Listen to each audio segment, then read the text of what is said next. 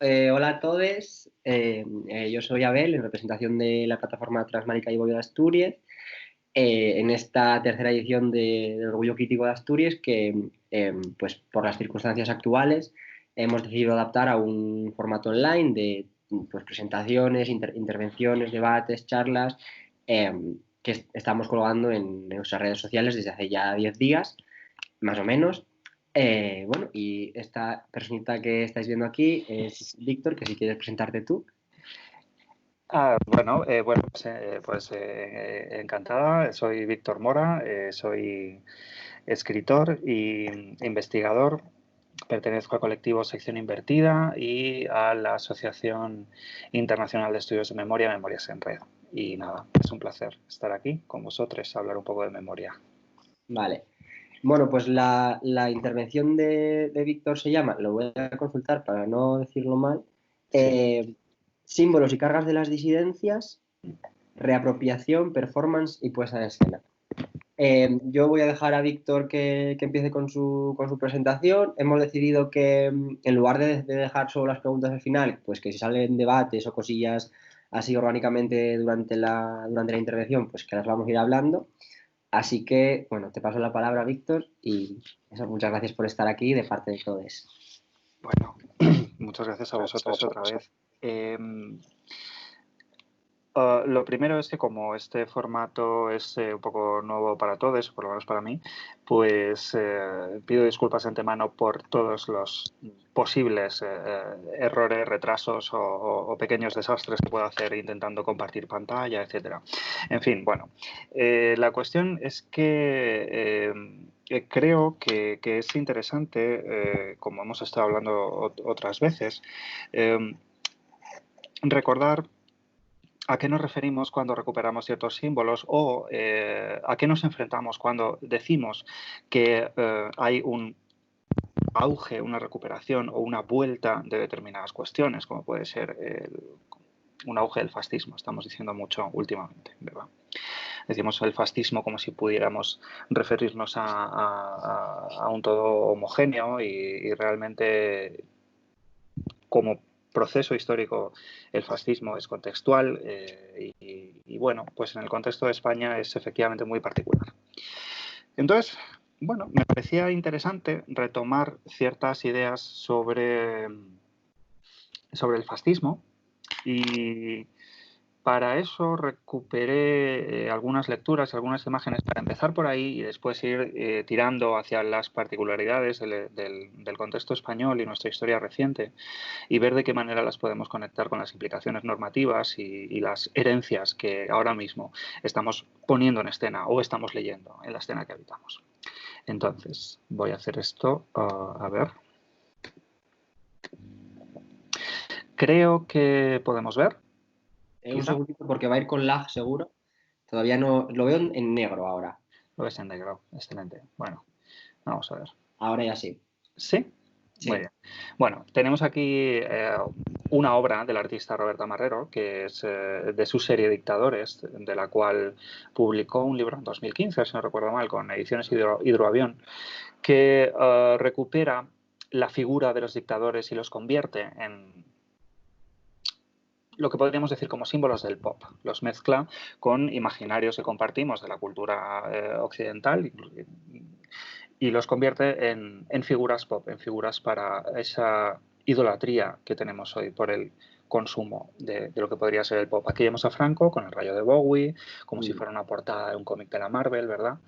Y con el We Can Be Heroes, famoso. Bueno.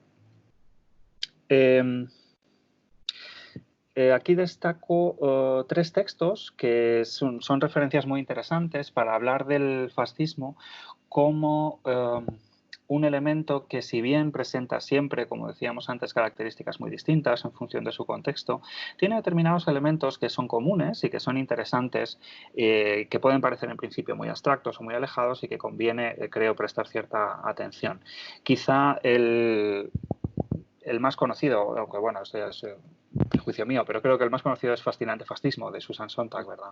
Sí. En el que nos habla como, bueno, de esta imagen de la fascinación del cuerpo, del poner el cuerpo en el centro, en un sentido muy distinto, digamos, completamente opuesto a lo que podemos manejar hoy cuando decimos el poner el cuerpo en el centro, entendiéndolo como poner la vida en el centro, no, sino hacer del cuerpo este escaparate absolutamente perfecto que dé una idea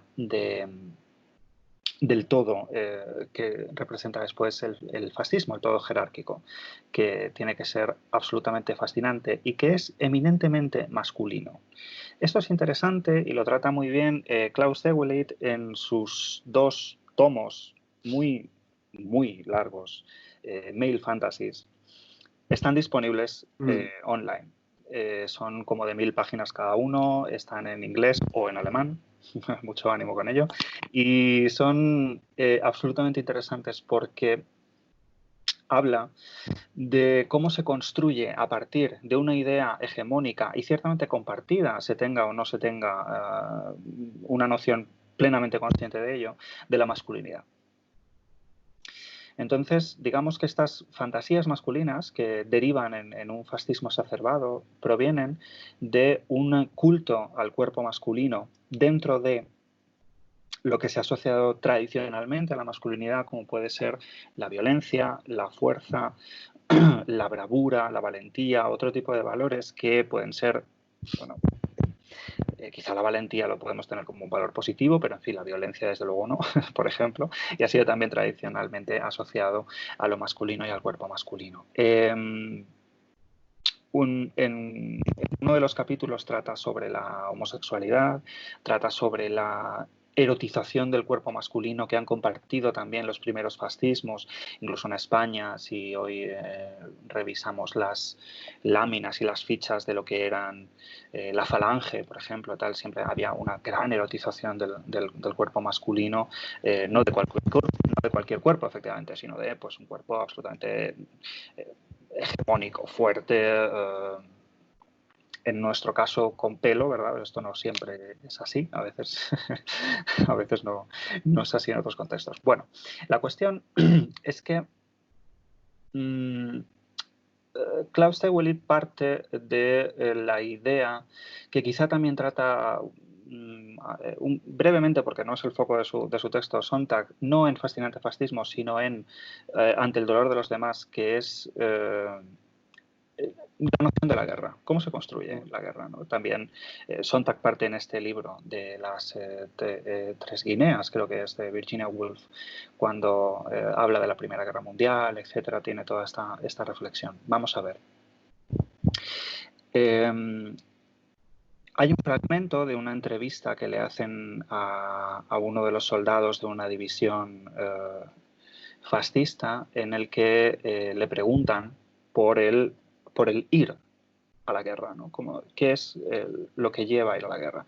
Y lo que cuentan es que este soldado se echa a reír y dice, eso es una tontería, nosotros somos la guerra.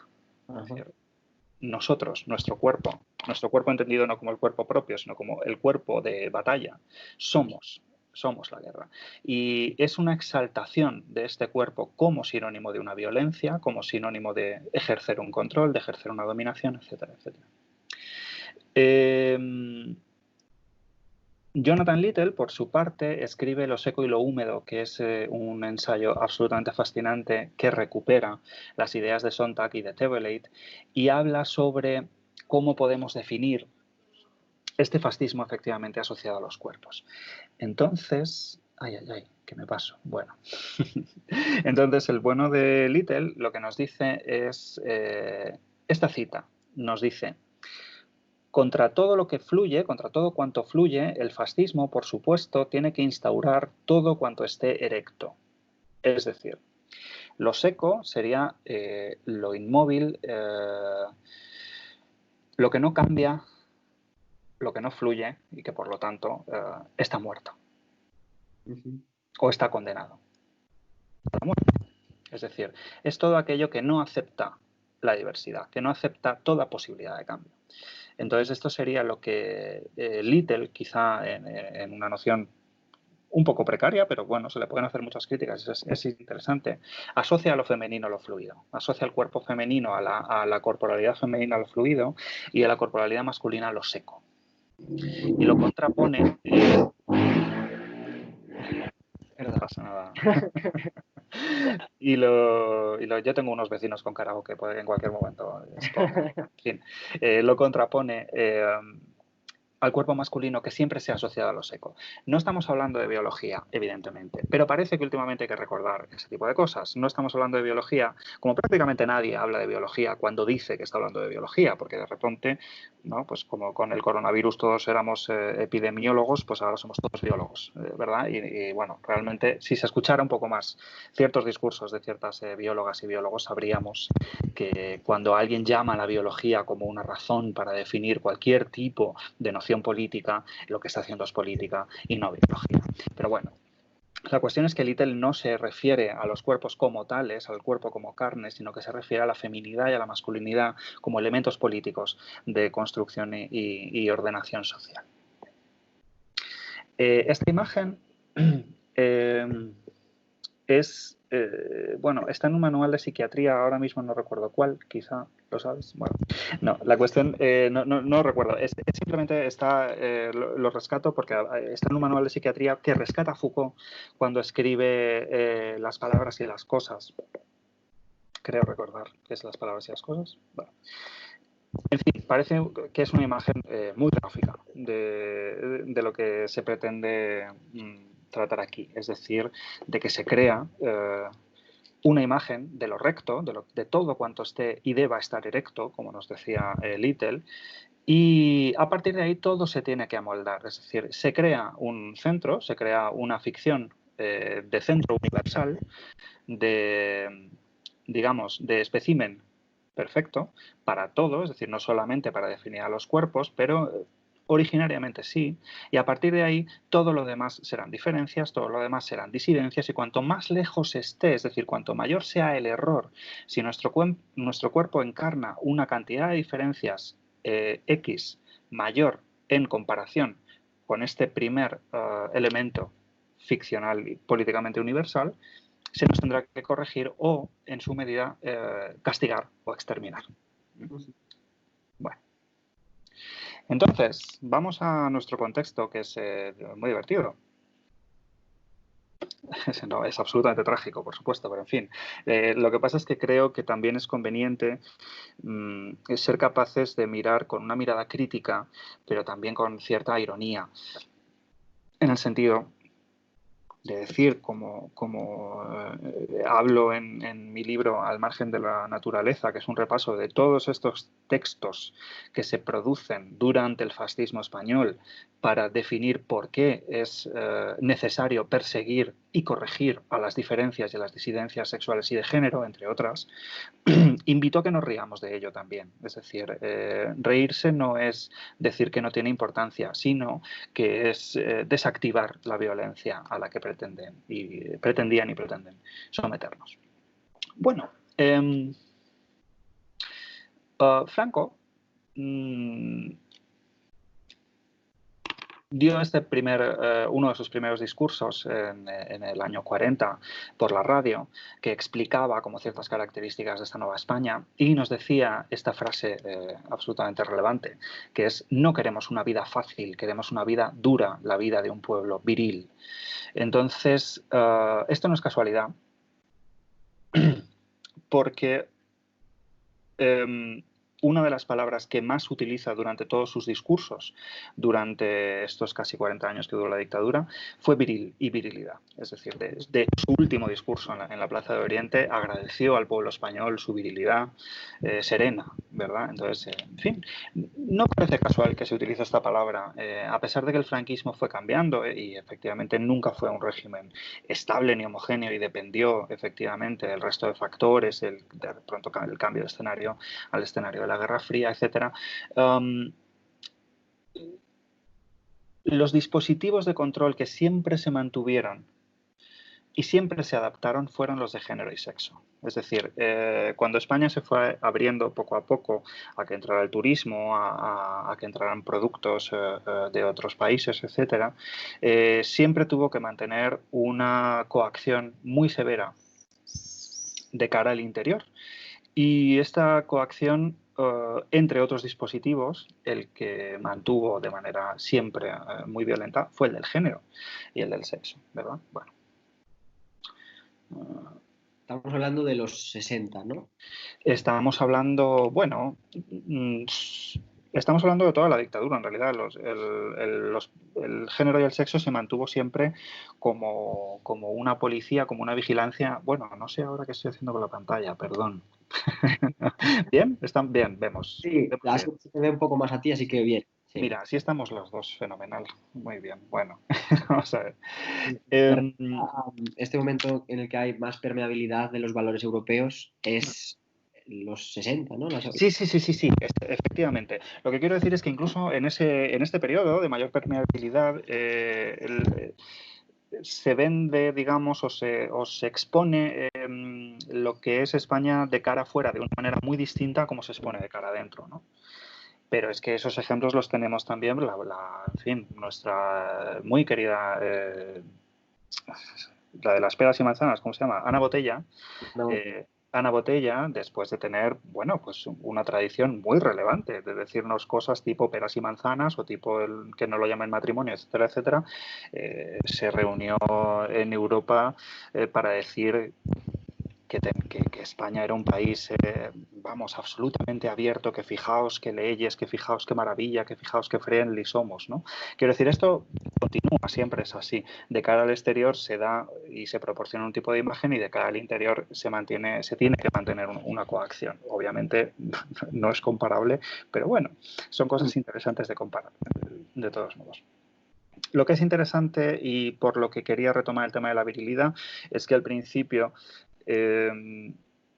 como se instaura este movimiento fascista español en conexión con la virilidad, es porque en esta crisis política, social, económica que estaba atravesando España a principios de siglo,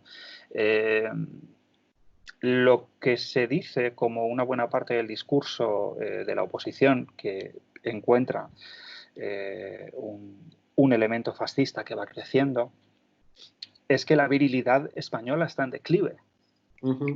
Y que eso se debe a varias causas, como puede ser el auge del feminismo, la visibilidad en aumento de los invertidos, el travestismo que sin ningún tipo de miramiento se anuncia en periódicos o incluso hay carteles por la calle, es decir, como determinadas cosas que son una amenaza para la virilidad, pero no porque signifique esta idea de contagio, sino porque la virilidad que supone, entre otras cosas, el orden, es un sistema, al final, de organización política que se ve amenazado por todo lo que sea diverso, distinto a este, nuevamente, sujeto universal que siempre es masculino, efectivamente. Entonces, entre estas cosas que eran una amenaza para esta virilidad que si se dejaba caer o vencer por este tipo de disidencias, lo que supondría siempre es el caos, lo que supondría siempre es la degeneración absoluta. Entre otras cosas, también se ataca a las vanguardias artísticas, es decir, porque representan una bohemia, una ambigüedad que está relacionada no solamente con la inversión sexual, sino también como se están subvirtiendo los valores, incluso se están subvirtiendo las formas a la hora de hacer una representación. Esto es muy peligroso, ¿no? Nos dicen desde esta gente que siempre está con mucho miedo a que haya un colapso. Entonces este colapso no es casual, es decir, esto está absolutamente relacionado con la idea de virilidad. Sí. Vamos a ver esto. Bueno, en fin. Al final se trata de un complejo bastante sencillo, que es el definir, redefinir, reificar y solidificar el dentro y el fuera, y el ellos y nosotros. El dentro y el fuera está además físicamente dentro de que las fronteras son pactos políticos y ficticios, pero físicamente, digamos, dibujadas en un mapa imaginario, pero en un mapa, en definitiva, las fronteras políticas y los contextos geopolíticos, y también hay un ellos y un nosotros y un dentro y fuera en la propia, en el propio imaginario de lo que tiene que ser la nación. La propia idea de nación y de regenerar esta nación viene muy asociada con ese ellos y nosotros que también está dentro de las fronteras, ¿no? Bueno, se empieza a patologizar toda la disidencia. Es decir, una de las estrategias del fascismo es decir, generamos un sujeto universal cuya idea, por supuesto, no es patrimonio suyo. Es decir, ya sabemos que Occidente ha generado esta ficción desde prácticamente el inicio de los tiempos como tradición del pensamiento, me refiero. Pero el fascismo, digamos, que lo lleva a un extremo cuando ya tiene las herramientas biopolíticas de la psiquiatría, de la medicina, del resto de disciplinas que sirven para organizar a los cuerpos siguiendo un esquema, ¿verdad? Entonces, bueno, dentro de esto, pues tenemos a los grandes psiquiatras y doctores de la época que eran parte de la intelectualidad franquista, como por ejemplo Vallejo Nájera, ¿no? Vallejo Nájera escribe Eugenesia de la Hispanidad, Regeneración de la Raza, etc. Vallejo Nájera es el psiquiatra oficial del régimen de Franco y es un fascista excelente, está metidísimo y está muy orgulloso de ello. Se ha formado en la Alemania nazi, además, y pretende llevar las técnicas eugenésicas nazis a España. Bueno, en España no había dinero para estas cosas, pero bueno. La cuestión es que en un principio todo el aparataje franquista está mucho más concentrado en eliminar la disidencia política, es decir, en eliminar la disidencia ideológica. Entonces se trata de buscar, Vallejo Nájera es el encargado de buscar el gen rojo, el famoso gen rojo, que es esta idea de que el marxismo era una enfermedad mental. Entonces, pues había que localizar este gen rojo para ver si se podía extirpar, efectivamente. Entonces se hacen todo tipo de experimentos en los campos de concentración franquistas con presos y presas republicanas.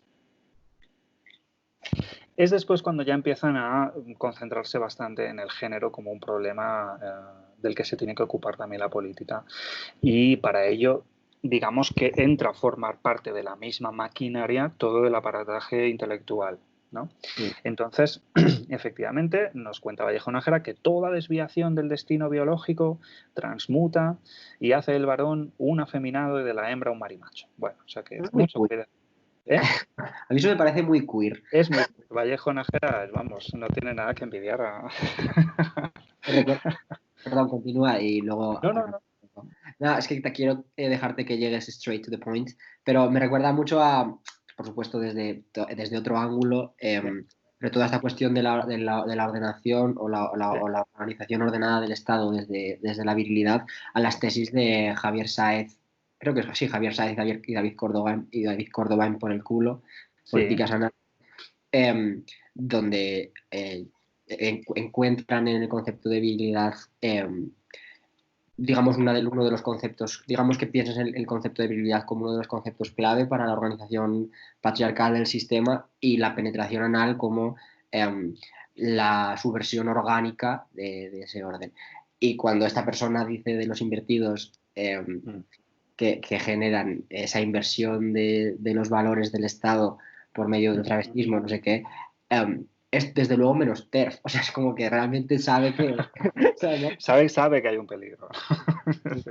Lo tiene identificado. Sí, estoy completamente de acuerdo. Yo creo que bueno, además últimamente esto quizá ya sería otra sesión, otro tema, o quizá para más adelante, pero que como se está poniendo otra vez en duda, y yo creo que sí está bien que nos pongamos en duda entre nosotras, quiero decir.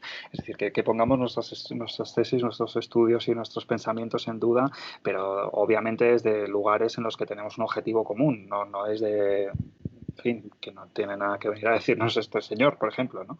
Pero se está poniendo en duda nuevamente como el tema del ano como un elemento emancipador, efectivamente, lo cual, bueno, pues me parece una crítica política muy interesante, que estaría muy bien entrar en ello, pero sí que es verdad que siempre, como dices y como decían Sáez y Córdoba, efectivamente, la virilidad es una construcción política absolutamente ficticia, basada o no basada en biologías, genitales, etcétera. No nos importa eso. La cuestión es que es una construcción absolutamente ficticia que ha servido siempre para organizar el todo social y que ha ido tomando distintas formas con mayor o menor violencia. El fascismo, efectivamente, es una de las que ejerció una mayor violencia directa, pero eso no quiere decir que una vez cancelada la dictadura o que pasemos de un sistema a otro, olvidemos, porque creo que siempre hemos olvidado, y de eso va precisamente la memoria, de hacer una lectura crítica de este pasado,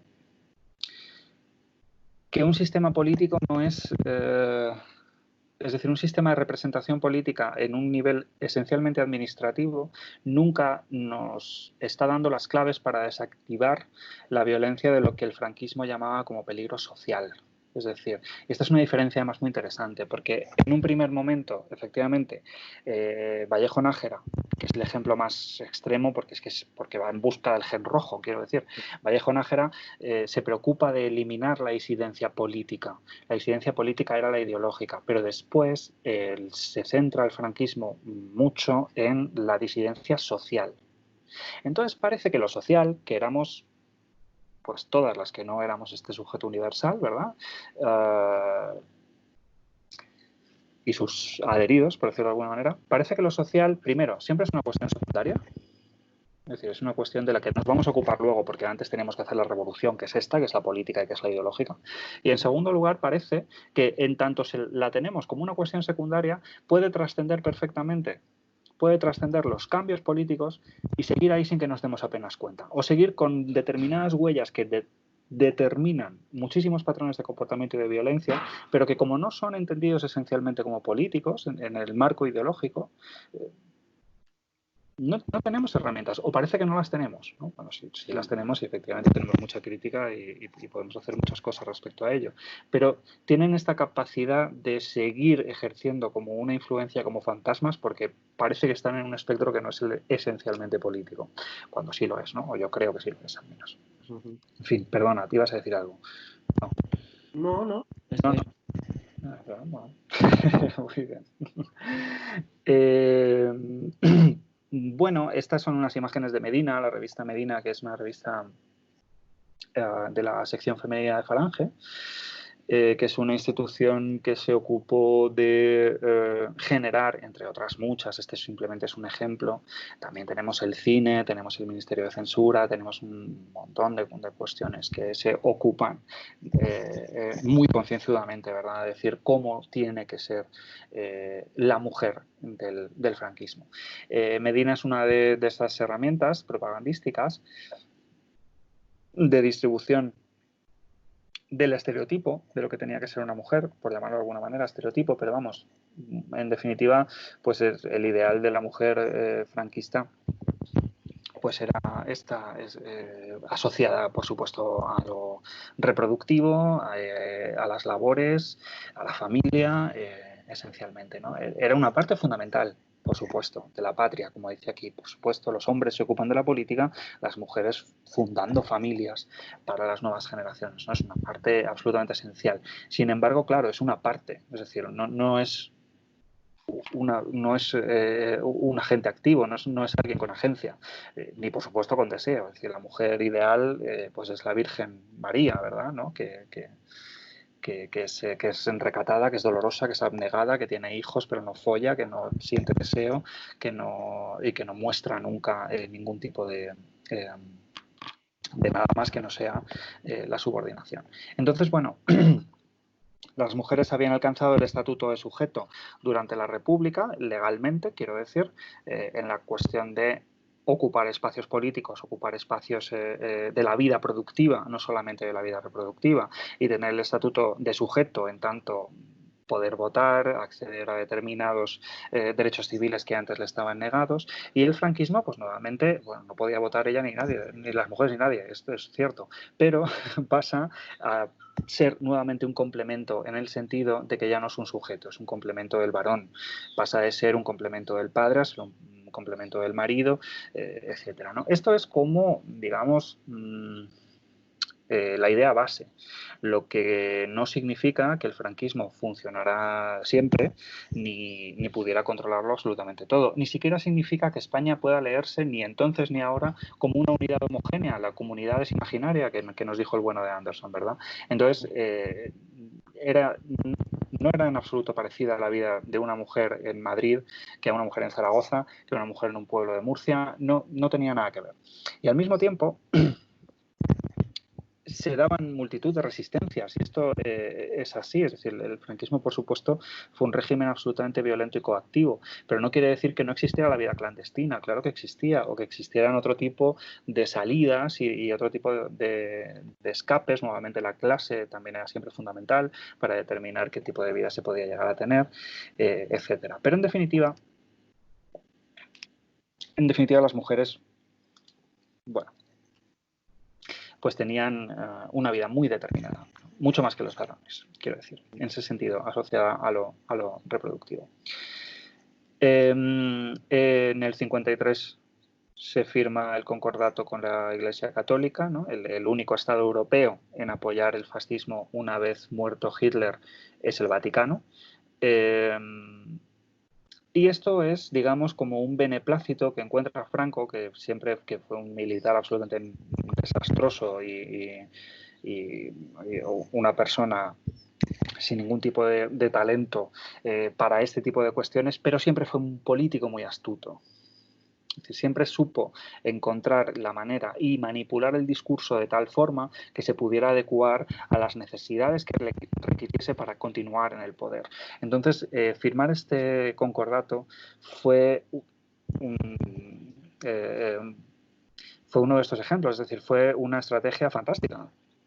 Porque tener el beneplácito del Vaticano le hizo que fuera más amable de cara a Europa, es decir, le hizo que se pudieran empezar a abrir las puertas, porque al fin y al cabo tiene a Dios de su lado, ¿verdad? Lo que pasa es que el franquismo, que sí tenía, obviamente, y lo sabemos porque sabemos historia, ¿verdad? Y lo hemos estudiado, tiene este origen fascista y se hermana con el resto de fascismos de la época europea, de esa época en Europa, quiero decir.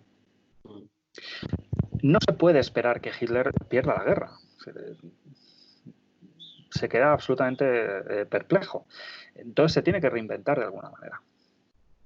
Y efectivamente lo hace, niega su pasado fascista, se convierte en anticomunista, porque se inicia el escenario de la Guerra Fría. Dice, no, aquí nunca fascistas. No, hombre, bueno, es que era un poco lo que había que ser en la época, pero en realidad lo que hemos sido siempre ha sido anticomunistas.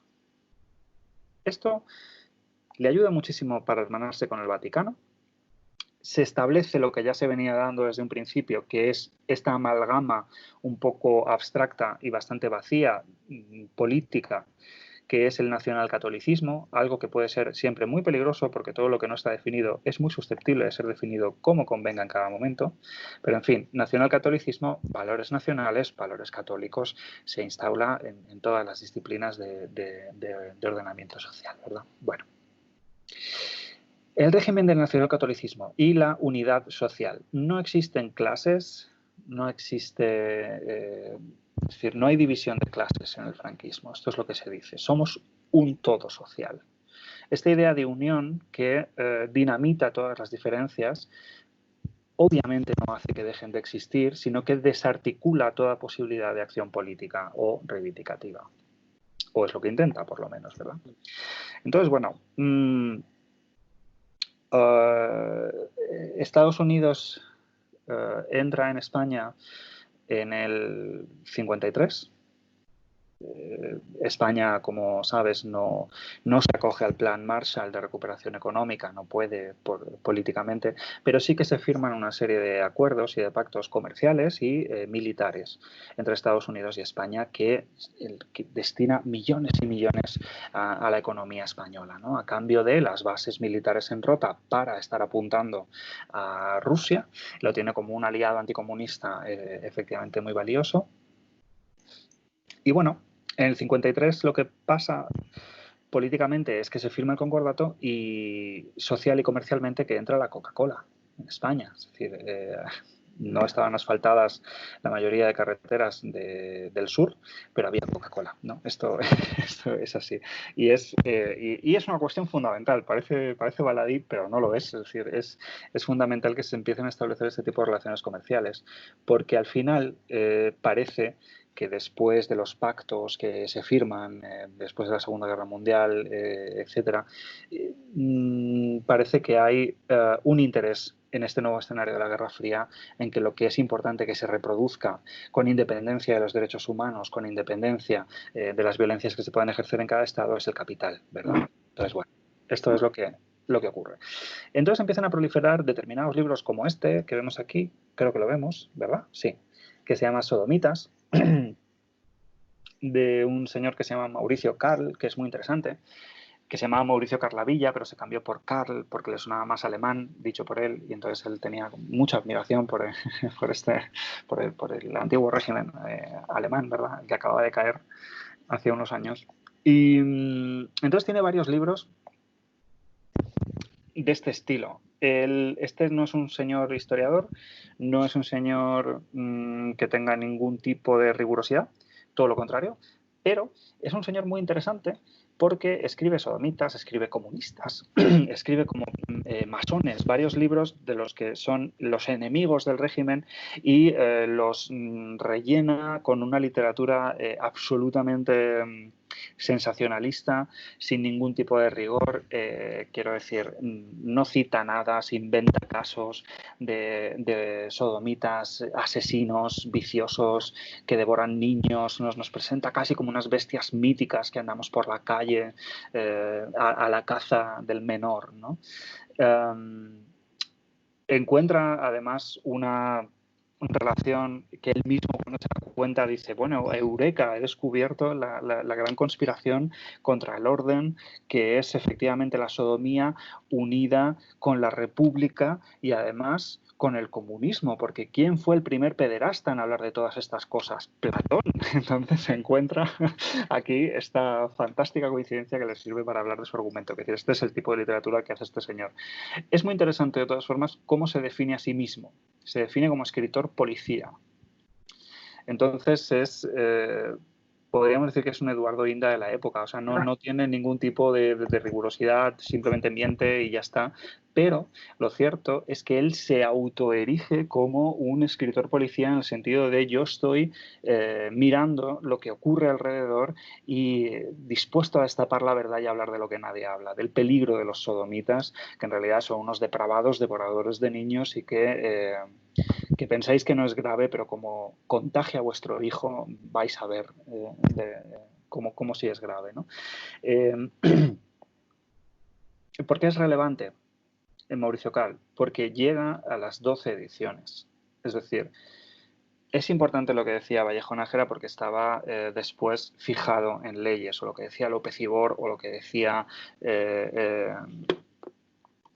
Savater Tomás, es decir, gente que tenía unos despachos en los que escribía cosas que después efectivamente estaban en libros y que después efectivamente conseguía que las leyes se modificaran. Es importante. Sin embargo, el libro de Mauricio Karl está en muchísimos más hogares españoles que en los libros de Vallejo Nájera. Es decir, Mauricio Karl contribuye a crear una imagen en el imaginario colectivo de lo que es el sodomita, ¿no? Y de la misma manera que hay quien cuenta que cuando llegó un barco con rusos fueron todos corriendo a ver si le veían los cuernos y la cola, es decir, cuando lo único de lo que disponemos es de una imagen, porque no hay más información ni más contraste, y además está prohibido hablar de prácticamente todo, y especialmente de estas cuestiones, no es difícil que la única información que tengas la des por verdadera. Es decir, no hay más contraste, ¿no? Entonces, por ese lado, Mauricio Karl es importante. Bueno,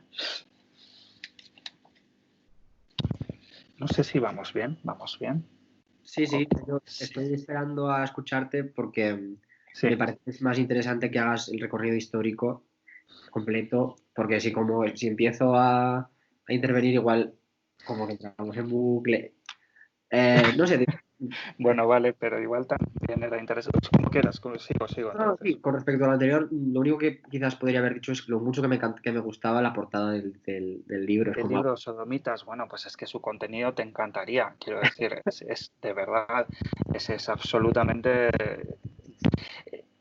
Pues está online, fíjate, o sea, yo lo tengo en PDF, te lo puedo pasar, o sea, de verdad me parece que es una lectura que deberíamos hacer todas, ¿eh? Porque es muy interesante, o sea, es muy interesante, la portada, por supuesto, es preciosa, pero el contenido es muy interesante, los casos que cuenta, que los inventa, por supuesto, y parecen como cosas más bien de la literatura pulp, o sea, como de una cosa absolutamente retorcida en el imaginario de los peores escritores, ¿no? Que es genial. Pero efectivamente encuentra todas las estrategias posibles que se te puedan ocurrir para elaborar los argumentos más delirantes. De hecho, hay un capítulo dedicado a Azaña en el que dice... se dicen de Azaña muchas cosas, pero mirad este texto. Entonces, copia un texto en el que se habla de Azaña. Si ahora vamos a cambiar todos los adjetivos de este texto por homosexual. Entonces, Azaña es homosexual, Azaña es un homosexual de la ciudad, ¿no? Quiero decir, entonces él dice, no me digáis que no cuadra perfectamente este tipo de estrategias que parece una parodia de sí mismo, pero lo cierto es que al final, si esto sale en la primera edición del 56, creo recordar, pues efectivamente quizá en los finales de los 60, 70 ya había otro tipo de información que circulaba también con el exterior y el Ministerio de Censura estaba ocupado más bien en otras cosas, pero es importante que tengamos en cuenta cómo se ha distribuido el discurso de esta persona y que además con esta portada obviamente te lo comprabas, ¿no? Claro. Bueno. total, estaba pensando sobre, pero igual llegamos más adelante, así que bueno, lo comento y si me estoy adelantando al contenido de la actividad, pues la posponemos, ¿no? Pero en esta construcción de la alteridad, ¿no? De el ello frente a nosotros, restableciendo una relación de identidad entre rojos, sodomitas, invertidos, no sé qué. También se me venía mucho a la cabeza este libro de mi amiga Piro, de Invertidos y Rompepatrias, en Por el que supuesto, fantástico libro, fantástico. ahora, también cómo se construía desde esta izquierda revolucionaria, desde esta oposición al franquismo, también estaba construida desde una fuerte virilidad que, aunque efectivamente ciertos grupos eran desplazados a un lugar epistemológico de otredad, dentro de esa otredad también había otras otredades, ¿no? Pero que no sé si llegarás a hablar de ello o lo podemos comentar o... Sí, podemos comentarlo, podemos hacer más saltos en el tiempo, que siempre es mucho más interesante que seguir una línea. El libro de Piro me encanta, lo he utilizado muchísimo para mis investigaciones, para la tesis también, y es que de hecho llama la atención sobre una cosa que estaba relacionada sobre un poco lo que estábamos comentando antes, que es esta cuestión de lo social, que parece que tenemos siempre asociado a que es un tipo de ideología o un tipo de postura política la que puede... defender o contemplar la existencia de otras realidades con mayor facilidad y eso no se ha dado así siempre, ¿no? De hecho ha sido muy complicado de hacer entender. Está claro que siempre pues la postura conservadora es la que va a tratar de que nada cambie, de acuerdo, pero que después a partir de ahí hay todo un sinfín de posibilidades que se abren y nos hemos encontrado con discursos que efectivamente nos han sorprendido mucho, incluso desde posturas anarquistas, como se ha criticado como lo más perverso incluso se decía hay un libro muy interesante que se llama que además lo trata Piro entre otros en su texto. La homosexualidad a debate, los juristas opinan. No. no. Es uno que también es... Ese libro es una fantasía. Ese libro es una fantasía. Ese libro es fantástico, es maravilloso. Eso es una obra, es una pieza que te da para hacer 3 tesis, ese libro. Esa es una pieza que debería estar, pues digo yo, que en el Reina Sofía puesto, explicadísimo, en fin. Pero no me refería a ese, aunque luego lo retomamos, sino a otro, que es del mismo año y me confundo, que se llama Los dirigentes marxistas y sus programas o algo así. Entonces es una entrevista de 40 preguntas que se le hace a una serie de líderes, todos varones, por cierto, de los partidos que había en ese momento en el 77. Entre ellos está Felipe González, está Tierno Galván, está, quiero decir, gente de izquierdas muy conocida y que después ha tenido una vida política muy larga y una carga en el sistema que ahora mismo estamos viviendo, a los que se le hacen estas preguntas. Son las mismas preguntas para todos en el mismo orden. Hay una de ellas que es ¿qué opina usted de la homosexualidad? Y hay otra que es la siguiente, además, y esto es muy interesante, si su pareja, mujer por supuesto, fuera lesbiana o quisiera tener una experiencia lésbica, ¿qué le diría a usted? ¿No? ¿Qué pensaría? ¿No? Como diciendo, tratando de pillar ahí un poco. En fin, la cuestión es que Felipe González ya se lo había aprendido, se había aprendido la respuesta muy bien. Y se nota muchísimo, quiero decir, se nota muchísimo que es como una circular de partido que le llegó esa mañana, como diciendo, no, la lucha es muy valiosa, tenemos que respetar la libertad, no sé qué, no sé más. Bueno, Tierno Galván está absolutamente en contra, ¿no? Como es sabido, está absolutamente en contra de la homosexualidad y le parece propio de la degeneración burguesa. Es decir, algo que no puede estar en una revolución socialista. Que la homosexualidad es un vicio propio de la burguesía, es una cuestión en fin, que habla de la degeneración de unos valores que nos van a distraer de la revolución. Cierto sector del comunismo siempre lo ha vinculado, la homosexualidad, con la posibilidad muy probable de traición. Es decir, como el homosexual es un ser, pues siempre es un ser, que es fácilmente manipulable porque tiene miedo a ser descubierto, si alguien le coge y le amenaza diciendo que le va a sacar del armario a la fuerza, es muy fácil que confiese cualquier cosa. Entonces, por eso había como cierta resistencia a que formaran parte de grupos comunistas. Grosso modo, quiero decir, después obviamente eran grupos diversos, variados y había de todo, ¿no? Efectivamente. Pero esta es una de las cuestiones de las que tanto se ha hablado sobre Jaime Gil de Biedma. Es decir, no es que le expulsaran del Partido Comunista, eso no es verdad, pero sí que es cierto que tuvo dificultades para participar y para entrar precisamente por ser homosexual, ¿no? Cuando al mismo tiempo Gil de Biedma, en fin, pues pertenecía a la aristocracia, quiero decir. Entonces, si había una redada, pues a él se lo llevaban como a todos, pero salía al calabozo inmediatamente, ¿no? Y su amante probablemente, si era de otra clase, pues no. ¿No? que esto estaba en juego también en este sistema de justicia franquista, que era absolutamente corrupto, por supuesto.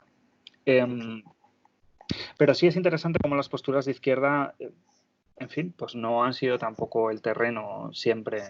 es decir, que no va de la mano, que efectivamente esta cuestión diferencial de lo político y lo social, bueno, pues al final nos puede ser un eje útil para aprender a distinguir determinadas cosas. Sí que es verdad que dentro del anarquismo, con los peligrosos sociales en las cárceles, sí que se creó, a partir de la COPEL, de la Coordinadora de Presos en Lucha, determinadas alianzas que tampoco se han estudiado demasiado y que son muy interesantes, porque los anarquistas estaban considerados presos sociales, sí, para no ser considerados como presos políticos, ¿no?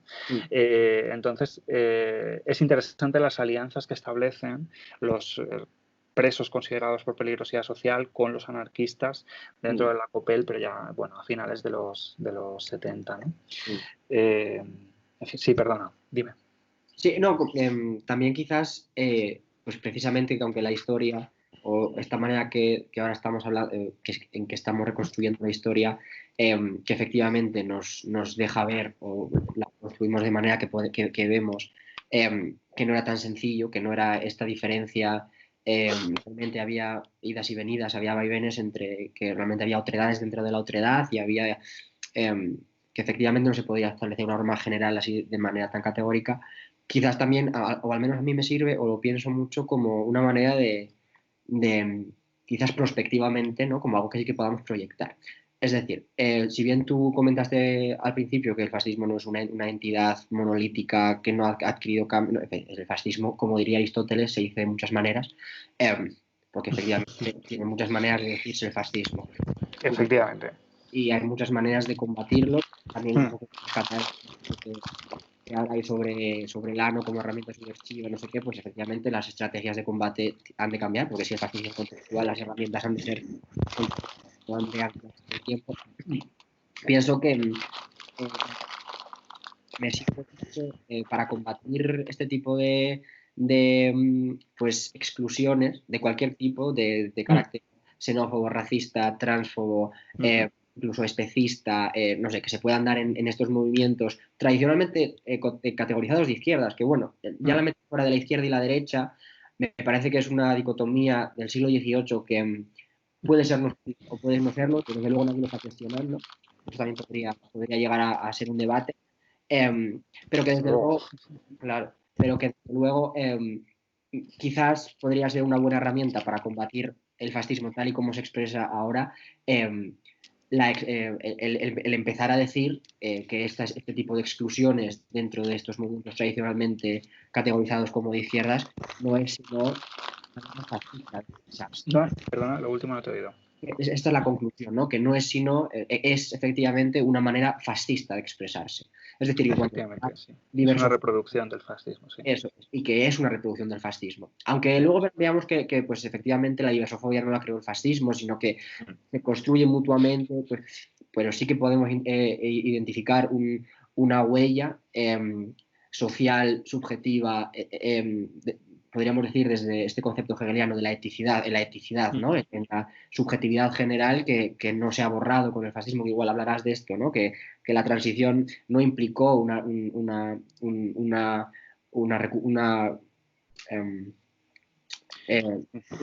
reestructuración de esta forma o de ciertas formas de ordenación, ¿no? Eso, y que esa huella sigue, ¿no? Y que quizás esa huella estructura muchos movimientos sociales de manera que la reproduce. Y en ese sentido, cuando un anarquista, y uso el masculino a propósito ahora, es diversófobo, es xenófobo, es misógino, es un anarquista fascista.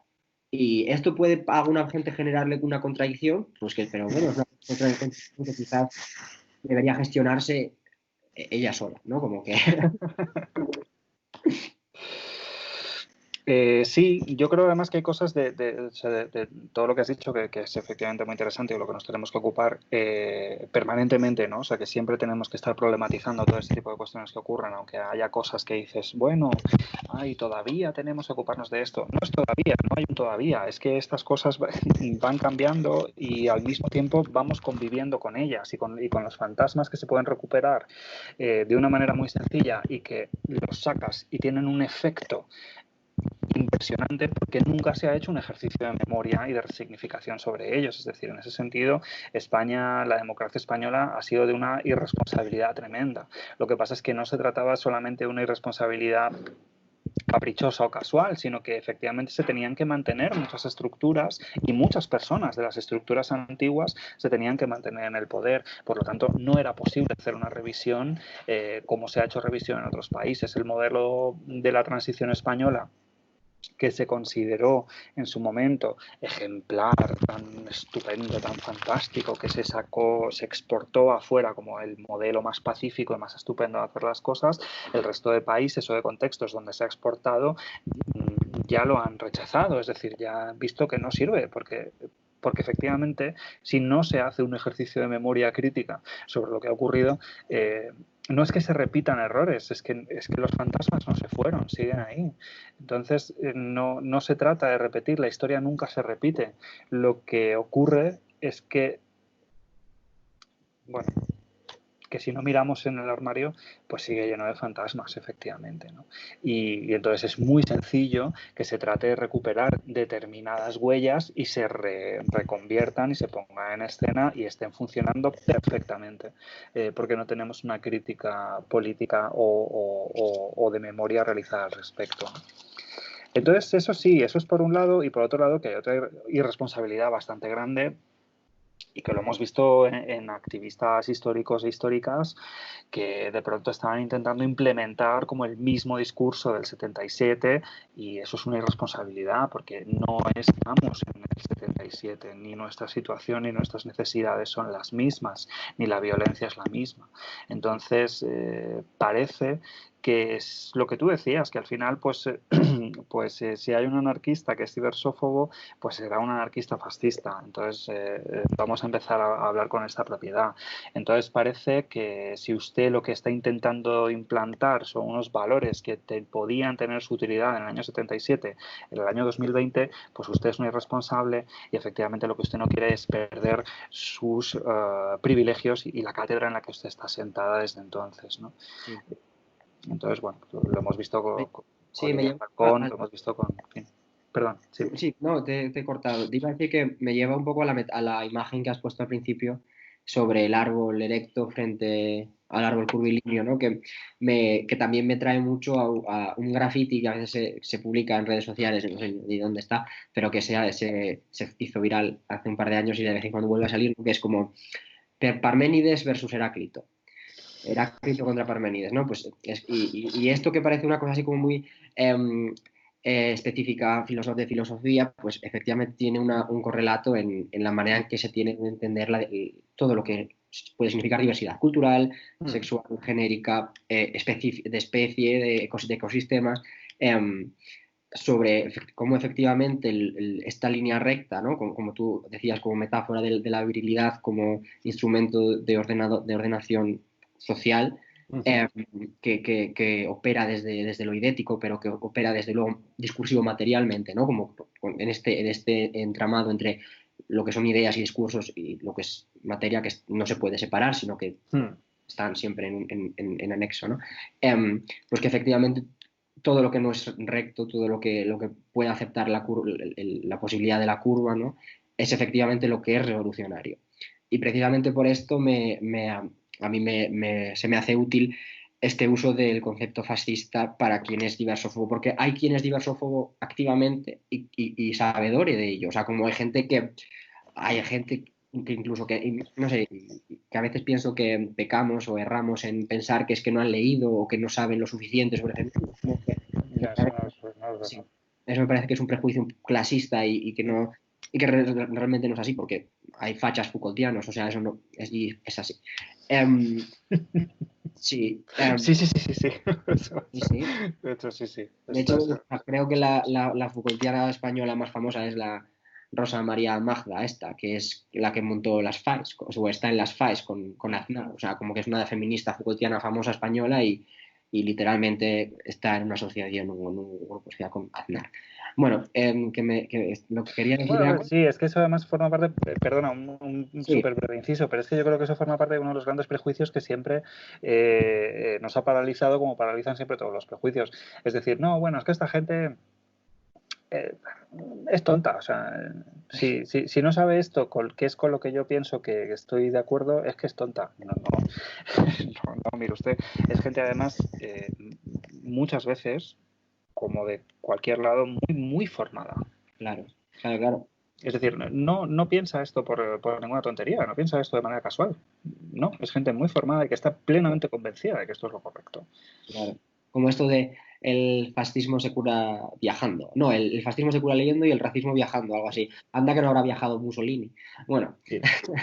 quería decir que pues precisamente como esto se da en los grupos de izquierdas, en grupos de izquierdas en los que gente es activamente y con conciencia diversófoba, entendiendo diversófobo en un sentido muy amplio, y como sus valores, su asociación hecho valores, que está bien ser activamente diversófobe, porque es lógico dentro de este esquema conceptual que comprenden, predican y reproducen, pero el momento que asocias ese hecho del ser diversófobe a, lo estableces con relación de identidad a la cuestión de ser fascista, habrá quien se llega a revisar el hecho de, bueno, como no, yo no era conocedor, o sea, yo no pienso que esté mal ser diversófobe, pero sí pienso que esté mal ser fascista. Por tanto, como ser fascista y ser diversófobe son lo mismo, es una extensión de lo mismo, está dentro del conjunto de posibilidad de ser fascista, de ser diversófobe, dejo de ser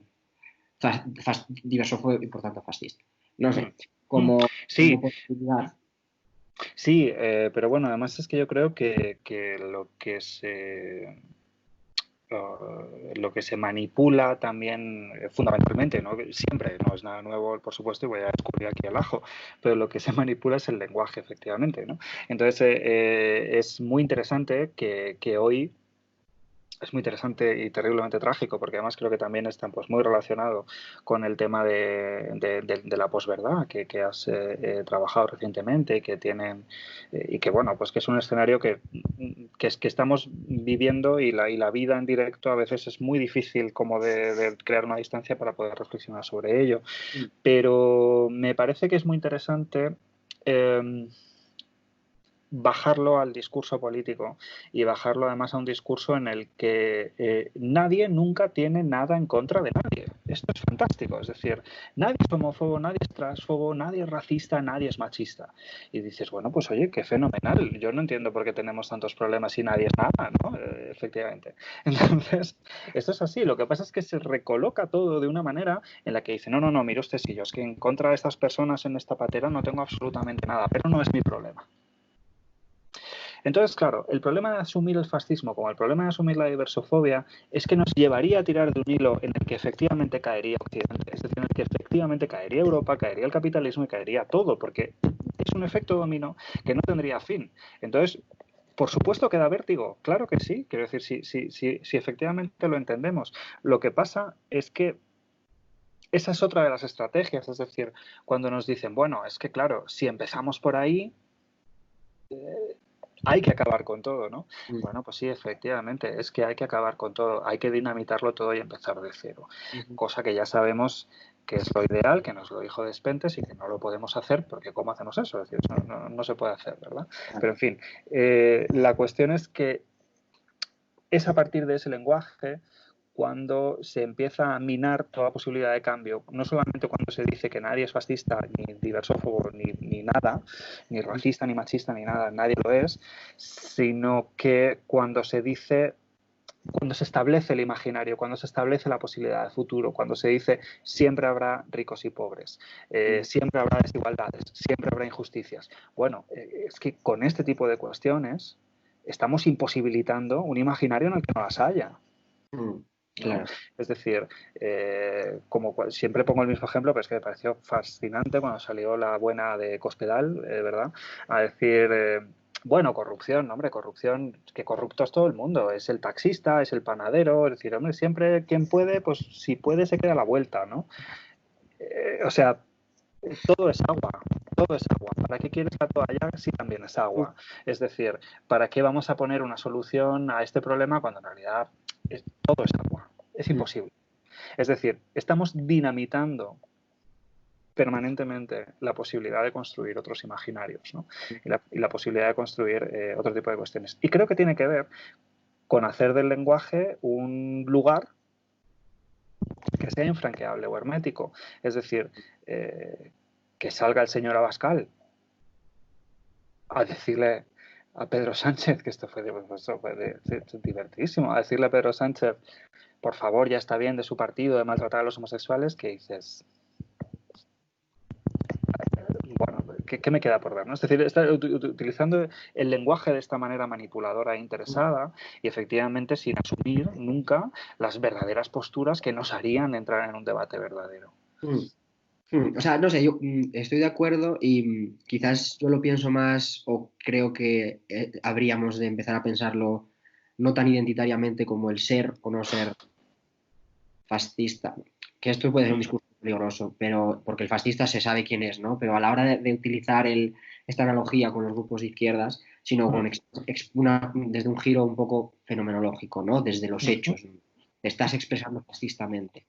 precisamente porque la no aceptación de lo curvilíneo, ¿no?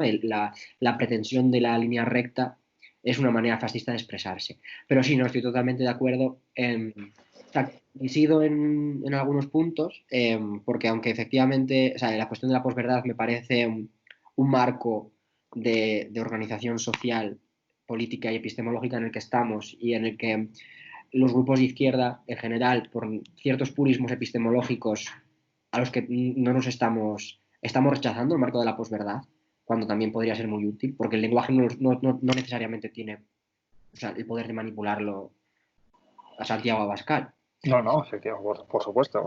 Luego. Que es uno, a mi juicio, y aquí quizás me estoy metiendo, porque bueno, no soy politólogo, ¿no? Pero en un berenjenal que puede generar mucha controversia, pero es uno de los principales problemas o que yo identifico como problemas de muchos discursos que tiene la izquierda, ya hablando ya otra vez pensando en el marco del Parlamento, ¿no? De muchos discursos de los partidos de izquierdas que parten de la idea de ese telón que van a revelarnos, ¿no? Y que nos van desde esta idea de salir de la alienación, ¿no?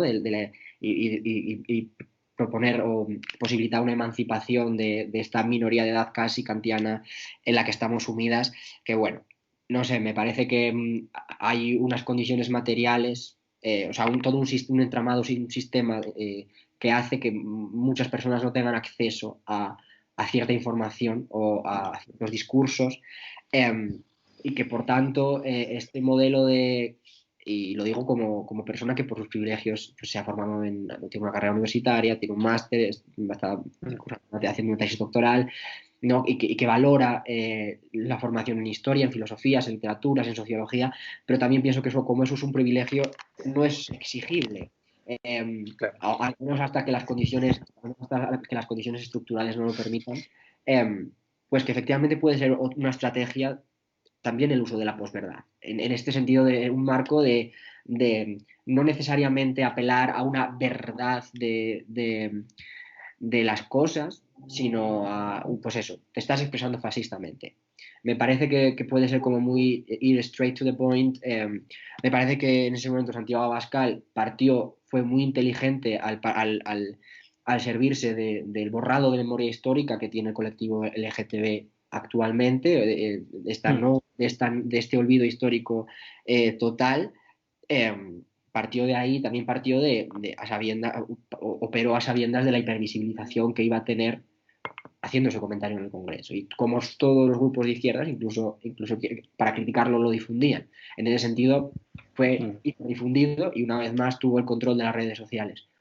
No tengo muy claro hasta qué punto compartir ese vídeo con un post con toda la memoria histórica del colectivo llega a desactivar ese discurso cuando contribuye a reproducirlo. No sé, me parece que podemos llegar a pensar Sí. otra manera de enfrentarnos a un marco que existe y que, que se utiliza desde el fascismo actualmente, que es el marco de la manipulación, es el marco del lavado de cara, es el marco de el partir de una base cero de memoria histórica.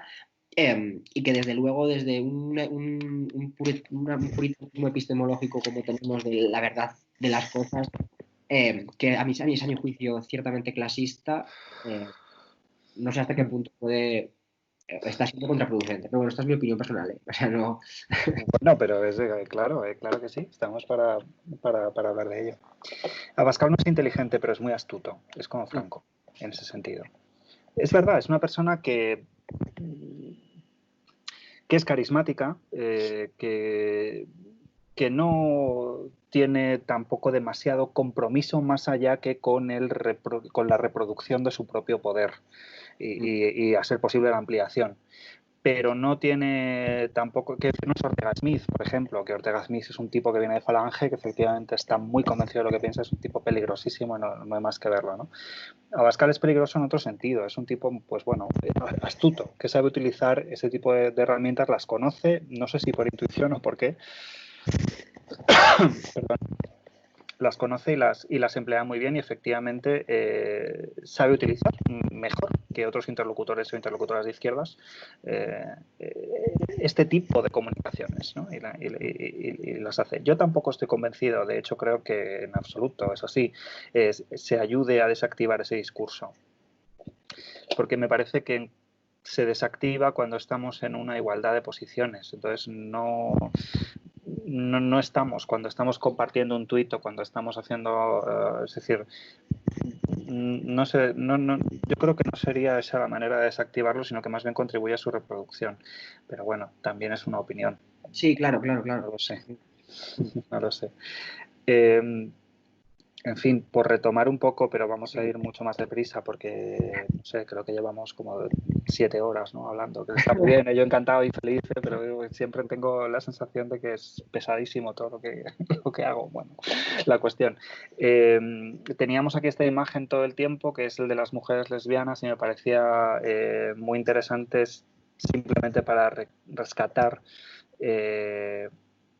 la noción de clandestinidad y la noción de que el sistema siempre se nos va a mostrar como un todo homogéneo que funciona, cuando en realidad está lleno de fisuras por todas partes y está lleno de huecos por los que entra la luz y por los que hay todo un tipo de vidas clandestinas que permanecen invisibles o que consiguen permanecer invisibles, por lo menos a la luz de la historia incluso y de cómo se escribe. Es muy difícil rastrear la persecución de las mujeres no canónicas o no hegemónicas, es decir, porque no solamente estamos hablando de lesbianas, pero aquí fundamentalmente, porque digamos que no existen como sujeto, por tanto no están recogidas prácticamente en las leyes. No se tenía tampoco como el opuesto a la buena mujer, el opuesto a la buena mujer era la puta, lo sigue siendo de alguna manera, y para las mujeres masculinas o para las mujeres disidentes sexuales o de género, en realidad hubo otro tipo de prácticas coactivas que pertenecían más a las instituciones reproductivas, como puede ser la familia o el matrimonio, y también sabemos por entrevistas de memoria que pues había sistemas de internamiento en conventos, en psiquiátricos, etcétera, como para tratar este tipo de disidencia, no tanto en un nivel legislativo como tal, que eso es fácil de rastrear, sino otro tipo de rastros que son más complicados y que tenemos que enfrentarnos a ellos a través de la memoria. Bueno, de todas maneras, en fin, esto podemos pasarlo perfectamente. Es que no recuerdo muy bien. Bueno, estas imágenes son graciosas, son terribles y trágicas, pero son graciosas porque para darnos una idea de que quizá las primeras tomas de contacto que tuvimos en España en los 70 con personas disidentes fue a través de este tipo de imágenes que son imágenes policiales, es decir, que son capturas de la policía y que estaban asociadas siempre a un texto relativo a un crimen, a un robo o a algún tipo de delincuencia.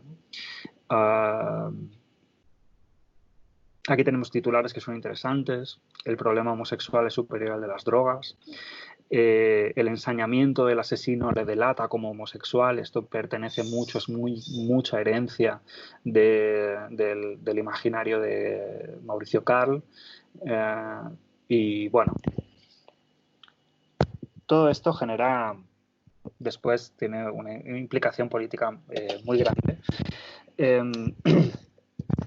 Se genera un sistema para determinar si se puede clasificar a los homosexuales en activos y en pasivos de manera sencilla para poder encerrarlos en prisiones distintas. Había 2 centros para pervertidos, uno en Badajoz, otro en Huelva, para pasivos y activos. También había un campo de concentración en Tefia. Bueno, se hacen experimentaciones proyectivas con más de 200 presos homosexuales para tratar de establecer esta cuestión. No se logra. No se logra. Sorpresa. Salen todos mixtos. Esto les dio mal. Salen todos mixtos. Esto es una frustración que tiene el equipo del doctor Chamorro, pero en fin. Y la ley de peligrosidad que sale en el 70, a la vez que la película No desearás al vecino del quinto, que la tengo por aquí. Sí.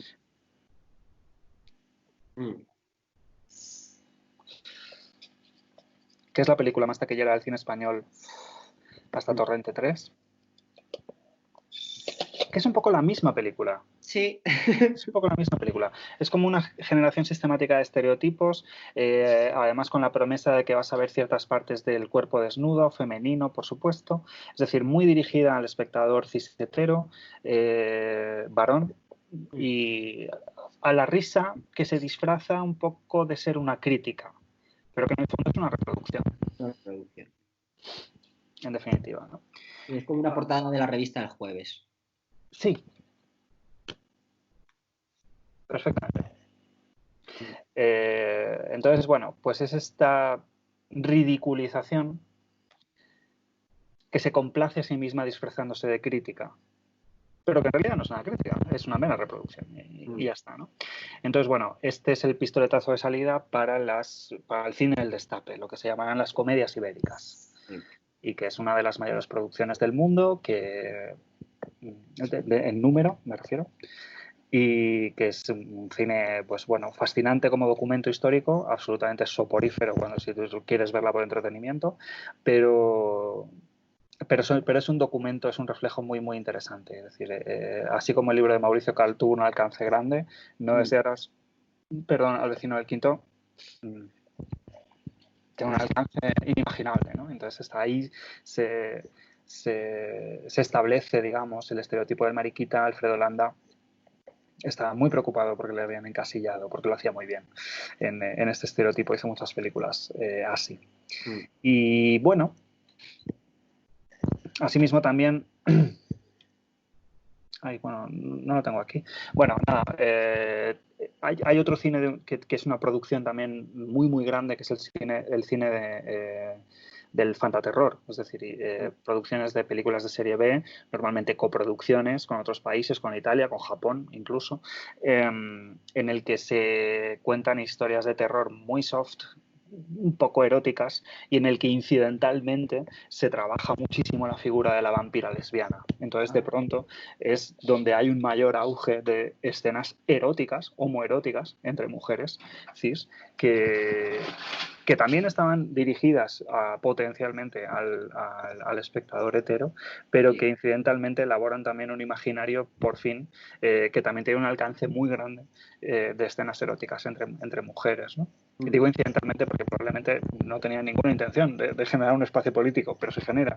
¿No? Es decir, es que, aunque sea sin querer, generamos un espacio para el sujeto político, digamos, para que surja ahí. Bueno, porque ver una representación nos hace posicionarnos, nos genera una pregunta.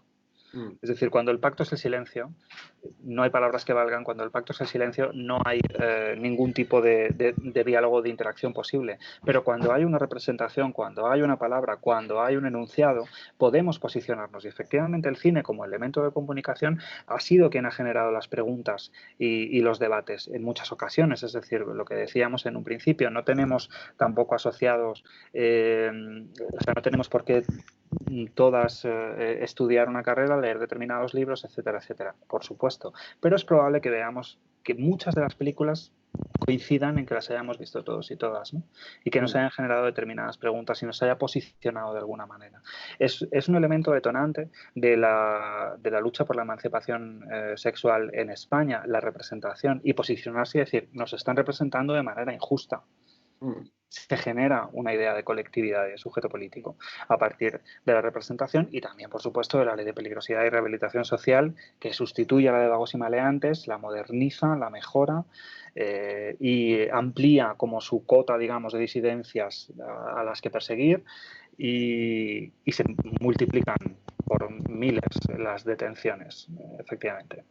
Y se genera, bueno, la protesta, se genera la protesta. En el 77, en Barcelona, la primera manifestación por la emancipación sexual.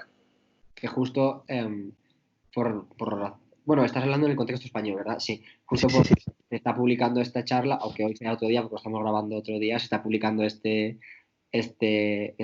intervención hoy 26 de junio también un poco como por traerlo, ¿no? Y un poco en conmemoración o en memoria de esta primera marcha contra la ley de vagos y maleantes exclusivos Peligrosidad y rehabilitación social, que Peligrosidad y sustituyó a la de vagos y rehabilitación. maleantes, porque Sabater Tomás era un jurista catalán, magistrado juez del Tribunal de Vagos y Maleantes de Cataluña y Baleares, muy preocupado durante toda su carrera por explicar por qué la homosexualidad había que perseguirla, era un homófobo excelente, y le preocupaba que Vagos y Maleantes fuera una ley que se había quedado antigua, es decir, que no se preocupaba de la nueva situación en España, que estaba sometida al turismo, que venía gente de fuera, que esto eran unos peligros nuevos. Entonces, claro, tenía que modernizarse esta ley. Se ocupa Sabater Tomás de redactarla, la ley de peligrosidad social, y se discute en una serie de sesiones de las comisiones de justicia en el año 70, a principios del año 70, y forma parte de estos debates Pilar Primo de Rivera, que era, digamos, la que llevaba la sección femenina de Falange. Y ella estaba fundamentalmente, era una mujer muy interesante, tremenda, eso ya es para otra cuestión, pero ella se preocupó fundamentalmente de cuál iba a ser la figura de la mujer perdida, es decir, de la trabajadora sexual, de la prostituta. Y se preocupó mucho también de que estuviera en el enunciado de esta ley la palabra rehabilitación, es decir, no somos un país punitivo, no queremos castigar. Sí. Somos un país europeo, moderno, son los 70. Spain is different, todo fenomenal. Entonces, lo que tenemos que hacer es dejar claro que lo que hay es una intención rehabilitadora. Es decir, esta gente está perdida. No es que sea como es porque quiere, sino porque necesita ayuda y el Estado se tiene que encargar de esta rehabilitación.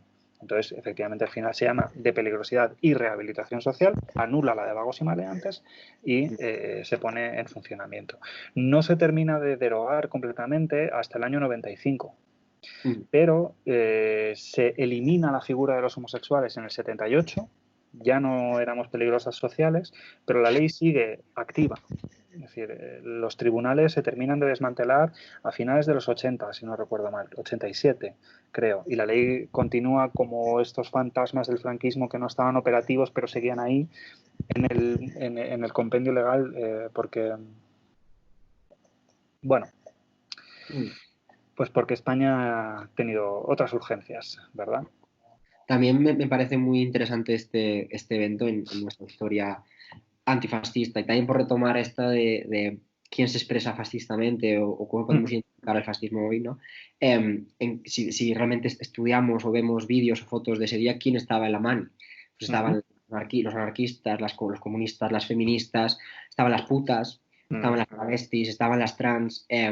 Desde luego no había o yo no creo que se puedan identificar en estos momentos ciertos debates que estamos teniendo ahora sobre qué es uno feminista, qué es uno, ¿no? Pues estando las travestis y las trabajadoras sexuales con las feministas y con los anarquistas en una misma manifestación. Hay un momento muy interesante respecto a esto que dices que sí que es muy relevante porque sí que es un debate interno que se tiene dentro del movimiento de emancipación homosexual. En el feminismo también había diferencias en el sentido de esta tensión de la lesbiana. ¿Dónde tiene que participar?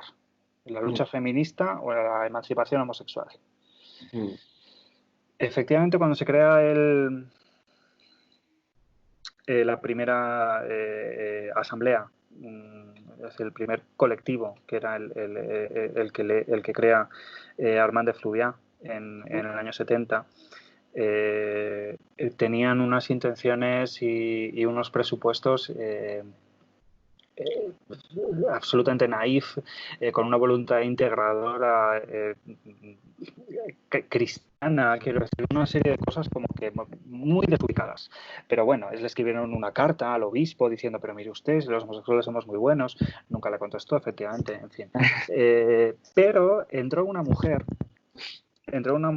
que nunca dio su nombre real y entonces ha llegado a nosotros como Amanda Klein, pero esto era efectivamente un seudónimo. Y ella les explicó lo que era la lucha feminista y la lucha marxista. Les dijo, esto no es una asamblea de mariquitas cristianas, esto tiene que ser un frente de revolución. Y de hecho, los colectivos de emancipación todos pasaron a llamarse frentes. El frente de Castilla, el frente de tal, todos tenían una organización interna de corte marxista. Y esto fue gracias a esta mujer feminista que llegó y les explicó lo que era la revolución y cómo tenía que organizarse, ¿no? Y a partir de ahí se les abrió, digamos, el cielo y empezaron a hacer una serie de exigencias y a tener una serie de mínimos en sus peticiones que trascendían mucho más allá el hecho de ser eliminadas de la ley de peligrosidad. ¿Qué pasa? Que después de esta manifestación en la que efectivamente tenemos unas imágenes, las famosas imágenes de Colita, que son las que estamos viendo aquí, en la que sí decimos, pero mira, las trans, las travestis, las putas, estamos en primera línea, las maricas afeminadas, etcétera. ¿Qué ocurre? Que se empieza a negociar. Y como todo fue en la transición, es decir, todo fue un pacto de mínimos. También lo fue en este caso. Y en este caso mucho más porque era una lucha muy residual. Es decir, aunque hoy nos ocupe y centremos la atención en eso porque es lo que nos interesa, era algo residual en ese momento, ¿no? Sí. Residual, entiéndeme, quiero decir, más pequeño que otras cuestiones. ¿Qué pasa? Que empieza a haber debates internos porque se empieza a negociar. Y entonces en esos debates internos se tiene un debate muy interesante que se llamó en la época el debate de la loca. Y se empezó a apartar a esta primera línea. Y a decir, no podéis estar las travestis, las trans, ni las maricas afeminadas. La Ocaña fue a esta primera manifestación, pero no volvió. Porque le decían, no, tú tienes que estar atrás, porque si queremos integrarnos, no podemos dar esta imagen tan amenazante. Claro, claro. Me parece interesantísimo.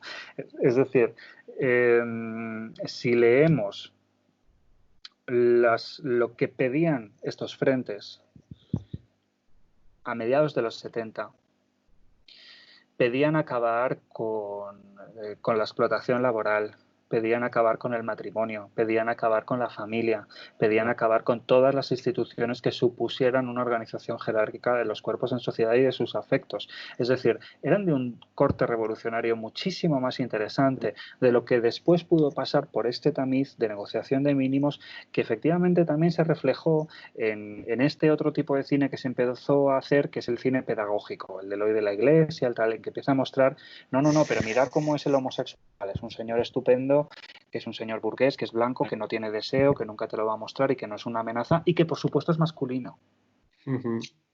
Sí. Es decir, parece que para poder tener este acuerdo de mínimos que efectivamente se quita la homosexualidad, etcétera y tal, y no éramos ilegales, pero tampoco teníamos acceso a plenos derechos. Entonces estábamos ahí en un margen como de alegalidad, porque también seguía existiendo el escándalo público, es decir, fue una cuestión mucho más amplia. Pero sí que digamos que para pasar a formar parte del imaginario, de ese nuevo imaginario que se estaba construyendo, que era quién era el nuevo sujeto de la ciudadanía, de la democracia, tenemos que aproximarnos a ese sujeto universal. Tenemos que aproximarnos a esta idea de virilidad y decir, si no estamos tan lejos. Esto es terrible. Sí, precisamente por eso, o sea, como que me parece muy interesante recuperar, o sea, como, y esta foto que además se comparte tanto y que es, o sea, como que goes viral como every year, pero que realmente no, y que epistemológicamente, al menos para mí, es tan interesante que realmente no sé, como que no se piensa de esta manera, ¿no? A mí me parece que cómo orientar las políticas queer, las políticas disidentes, las políticas torcidas, las políticas antiautoritarias, me parece que esta imagen que es previa o es previa a este momento de negocio, como tú bien conceptualizas, que se da durante la transición y que es a partir del cual pues ciertos movimientos empiezan a articularse de una manera o de otra y empieza a construirse cierto tipo de sujeto político, tanto feminista, tanto como LGTB, como tal. Me parece que este evento es realmente no sé, como una muy buena imagen o una muy buena metáfora para proyectar en este pacto de monstruos que a mi juicio provee lo queer, ¿no? En este sentido de la política queer como una política no identitaria que tiene como objetivo, aunque luego pueda ir por distintos caminos, pues la abolición de este tipo de dispositivos opresivos como puede ser el matrimonio, el trabajo asalariado, cualquier tipo de explotación laboral y por tanto el trabajo asalariado como tal, y que realmente es, o yo lo leo tan libertario, ¿no? Anarquista libertario. Absolutamente. aunque efectivamente, pues eso, cada telos, cada objetivo, pues, te va a ir encaminado por ciertos caminos. Esto es como cuando las TERFas dicen que ellas quieren abolir el género. Sí, claro, pero no, esto no es apretar un botón, ¿no? Como lo queer también quiere abolir todas estas categorías. De hecho, es precisamente el proyecto político y ontoepistemológico contra la identidad y por tanto contra y no solo la identidad, no la identidad de yo soy, o sea, de yo soy gay, lesbiana, lo que sea, sino del propio hecho de poder decir yo soy y que signifique lo que venía significando y los mecanismos de que de ese yo soy las exclusiones que se generan, ¿no? Esa lógica axiológica de o X o Y. Por supuesto, eso es el telos, el propósito último de estas políticas. Y que ahora, pues, ciertos colectivos, como pueden ser estas feministas que no se dicen TERF, porque en España nadie dice TERF, pero bueno, pero lo son, ¿no?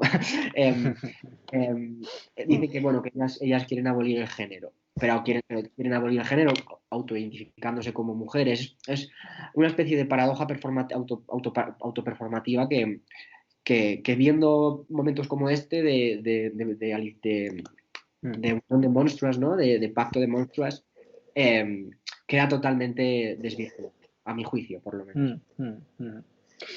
Sí. Bueno, yo creo que lo queer es interesante porque apunta, como decía la filósofa González Marín, a una indiferenciación. Es decir, no es tanto una desidentificación, como sí una indiferenciación de las identidades. Es decir, que no sean un requisito nunca más para el acceso a unos derechos civiles o a una existencia y a un desarrollo con una vida digna. Lo que pasa es que, es decir, las TERF, que ahora también parece un genérico y tampoco es así, ¿no? Es decir, vamos a ver, pero lo que dice concretamente, pues no sé. Sheila Jeffries o... Bueno, no, y Ana Prats, sin irse tan lejos. Quiero decir, Ana Prats dice, por ejemplo, es decir, rechaza y efectivamente sí que da el salto de Beauvoir y sí que da el salto de desvincularse de la biología y hablar del determinismo cultural. Este es un problema, pero al mismo tiempo sí que tiene una vuelta a la biología. Entonces es un poco un todo por el cuerpo, pero sin el cuerpo, pero a la vez con el cuerpo y teniéndolo muy, muy en cuenta. Entonces es realmente una cuestión muy contradictoria en sí misma. Y creo que este no es el problema de lo queer y que además hablar de lo queer es una cosa, es que no sé, es como si de pronto, yo qué sé, es como si el Papa estuviera diciendo que hay que tener cuidado con puto chino maricón. Dices, pero bueno, ¿qué es esto? Si este es un cantante que no conoce, una cantante ¿no? Es decir, si lo conocemos, no es nada mainstream, no es Miley Cyrus, yo qué sé, ¿no? Y de pronto hay una institución advirtiendo sobre un peligro de una cosa. ¿Cómo? Perdón, también hay que tener cuidado con Miley Cyrus. Hay que tener mucho cuidado con ella, pero entiendo que se advierta sobre ella, porque es una figura absolutamente de la cultura hegemónica, ¿no? Pero quiero decir que de pronto la teoría queer es una cosa que está en boca de todo el mundo cuando en realidad es algo muy residual y es pequeño, es decir, que no tiene ningún tipo de poder y desde luego no hegemónico, como se trata de advertir como amenaza desde estas instituciones. Ahora bien, sí que creo que lo queer tiene un problema que no soluciona y que es interesante, que es el problema de cómo organizamos la lucha política si no es a través del sujeto político. Y esto sí que es interesante y además me parece que lo queer, como toda herramienta de discusión política y que también tenga un interés en ejercer una práctica política y un impacto sobre nuestras vidas y la forma de organizarnos, efectivamente tiene que solucionar esto. Y eso es lo interesante, que cada nuevo giro plantea nuevos problemas. Es decir, no se trata de atacarlos por los problemas que plantea, sino es una manera de ponernos a buscar otro tipo de soluciones. Es verdad que si no es a través de las identidades, tal y como las hemos entendido hasta ahora, no entendemos cómo hacemos una asociación de lucha política. Estas imágenes de colita son preciosas, es verdad. Pero después, este no fue el devenir de ninguno de los movimientos. Es decir, no solamente porque se generó un tipo de sujeto político que también, sino porque se institucionalizó. Entonces, en estos caminos que hay que correr en paralelo, que es el de la institución, porque efectivamente tiene que haber unas leyes que se hagan cargo de los cambios que ya están existiendo en la vida, o por lo menos así es como hasta ahora lo hemos ido entendiendo. Tiene que haber otro activismo, tiene que haber otro movimiento que corra en paralelo y que no esté institucionalizado y que recoja todo este otro tipo de experiencias y de subjetividades que están en un plano no institucional y que están también generando un margen del que hay que ocuparse, ¿no? Claro. Yo, sí. Igual me estoy como divagando mucho, ¿no? A mí como que me ayuda mucho pensar también, retomando esta idea de dejar de pensar en la identidad para pensar en la acción, a la hora de orientar las políticas queer, ¿no? Porque son las políticas que yo hago, no, porque no puedo hacer otras, ¿no? Como haga cualquier política que yo haga, pienso que la voy a hacer queer, sino para qué la voy a hacer. Me gusta pensar en términos espaciales. Ya no quiénes vamos a una mani, sino qué espacio de manifestación producimos. Y por eso me estoy ocupándome de cuestiones de geografía, de urbanismo, de ruralidades, cómo se produce un espacio en el que se genere esta alianza de monstruos, en el que realmente podamos ser indiferentes a la identidad. Es decir, ya no solo pensar quién tiene acceso a determinadas leyes, que por supuesto me parece que es una cosa muy importante y la que no nos debemos olvidar cuando la gente habla de la ley trans estatal, no sé qué, sí, bueno, la ley trans estatal, pero para la gente trans con nacionalidad española, primero, y segundo, que no esté tutelada y, bueno, no sé qué, que se nos llena mucho la boca también hablando de estas cosas y me parece que también hay que cuestionarlo. Pero pensamos en qué tipo de espacio de monstruos o de la coalición de monstruos queremos producir. Claro, yo cuando llegamos a una mani del 8 de marzo y hay una pancarta gigante de feministas por la abolición de la prostitución, yo ya sé que ese no es un espacio en el que las trabajadoras sexuales puedan estar. Y eso tiene que ver porque hay ciertos grupos feministas que constituyen una hegemonía y que toman ese espacio y por el poder que tienen son capaces de producirlo. En ese sentido pienso que hay una responsabilidad muy grande a la hora de organizar este tipo de eventos, espacios, ¿no? En esta concepción del tiempo y el espacio, ¿no? Pues que al final es un espacio histórico, ¿no? Que es como puede ser producir un espacio para una manifestación, para un parade, que vaya por, que sea accesible, y eso quiere decir que no haya escaleras, por ejemplo, o que no, de muchos tipos, ¿no? Me parece que es importante y que si realmente somos capaces de imaginar que esto es algo que desde el urbanismo, o al menos, y la gente que trabaja desde la arquitectura, o al menos están, por mis experiencias en este tipo de lecturas y debates, están un poco en desacuerdo sobre pensar o sea, la manera de imaginarte el espacio proyectado primero, ¿no? O sea, cómo sería el espacio idílico y si realmente somos capaces de producir algo así.